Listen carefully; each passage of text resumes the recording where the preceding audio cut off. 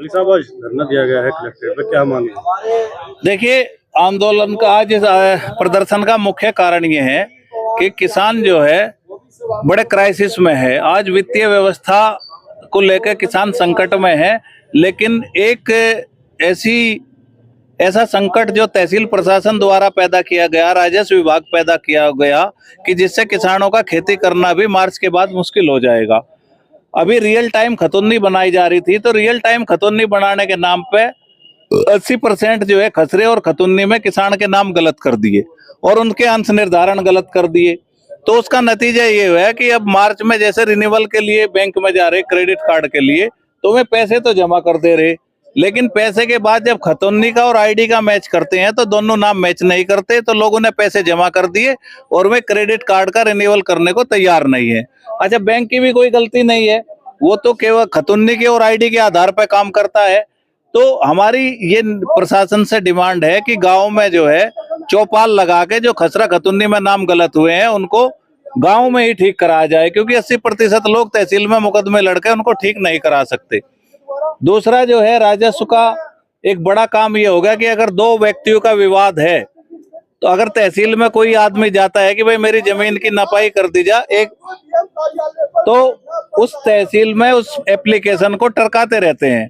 जब तक दोनों का झगड़ा ना हो जाए, डोल ना तोड़ दें एक दूसरे की, तब तक उस पर कोई कार्रवाई नहीं होती। तो हमारा ये भी एक मांग है कि इस तरह के जो प्रार्थना पत्र आते हैं उनके निस्तारण की समय सीमा तय की जाए।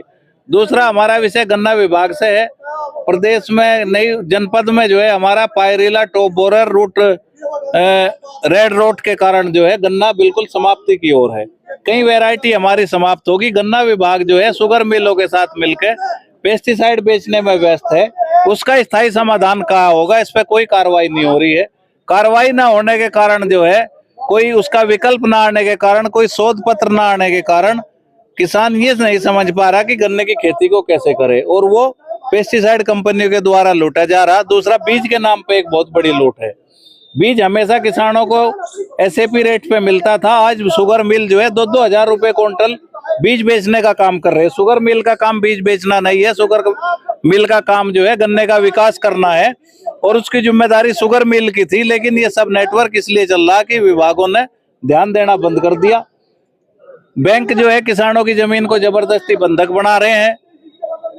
तहसील में चकबंदी में इतना बड़ा भ्रष्टाचार है कि चकबंदी समाप्ति के बाद गांव में ऐसे ऐसे रास्ते छोड़ दिए खेत में जहां केवल रेढ़े के द्वारा खेती की जा सकती है, बुग्गी भी नहीं जा सकती। तो ये तमाम भ्रष्टाचार सब जनपद स्तर के विषय हैं। इन्हीं विषयों को लेकर हम जिलाधिकारी महोदय को अवगत कराने के लिए आए हैं कि अगर आप इन पर कोई प्रभावी कार्रवाई नहीं करते तो अप्रैल में भारतीय किसान यूनियन है राजनीतिक यहाँ पे एक बड़ा आंदोलन का निर्माण करेगी, और इन सब विषयों के समाधान के लिए हम बड़ा संघर्ष करेंगे। भाई साहब, ओवरलोड वाहनों की बड़ी समस्या है, आए दिन दुर्घटना हो रही है, चाहे वो बड़े टोले हो जो गन्ने में जिलों में गन्ना जा रहा है। ओवरलोड वाहनों के लिए यहाँ का जो परिवहन संभागीय अधिकारी है, ARTO है, वो जिम्मेदार है। ओवरलोड परिवहन के लिए जनपद में कम से कम 50 लाख रुपए इकट्ठा होता है। 1000 दलाल हैं, 3000 रुपए महीना एक गाड़ी से एंट्री ली जाती है। ये बात किसी से छुपी हुई नहीं है। जिस गाड़ी की एंट्री होगी वो कितना भी ओवरलोड कर सकता है, और जिस गाड़ी की एंट्री नहीं होगी चालान उस गाड़ी का होगा।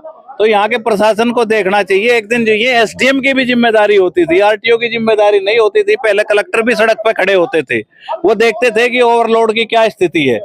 तो जब अधिकारियों ने अपना काम छोड़ दिया तो विभाग रिश्वत में आ गए। तो जनपद में जो ओवरलोड का ये है विषय है, इसमें संबंधित उप जिलाधिकारियों को जो है अपने यहाँ अभियान चलाने चाहिए, और जिलाधिकारी महोदय को इसका संज्ञान लेना चाहिए। इससे मौतें हो रही है।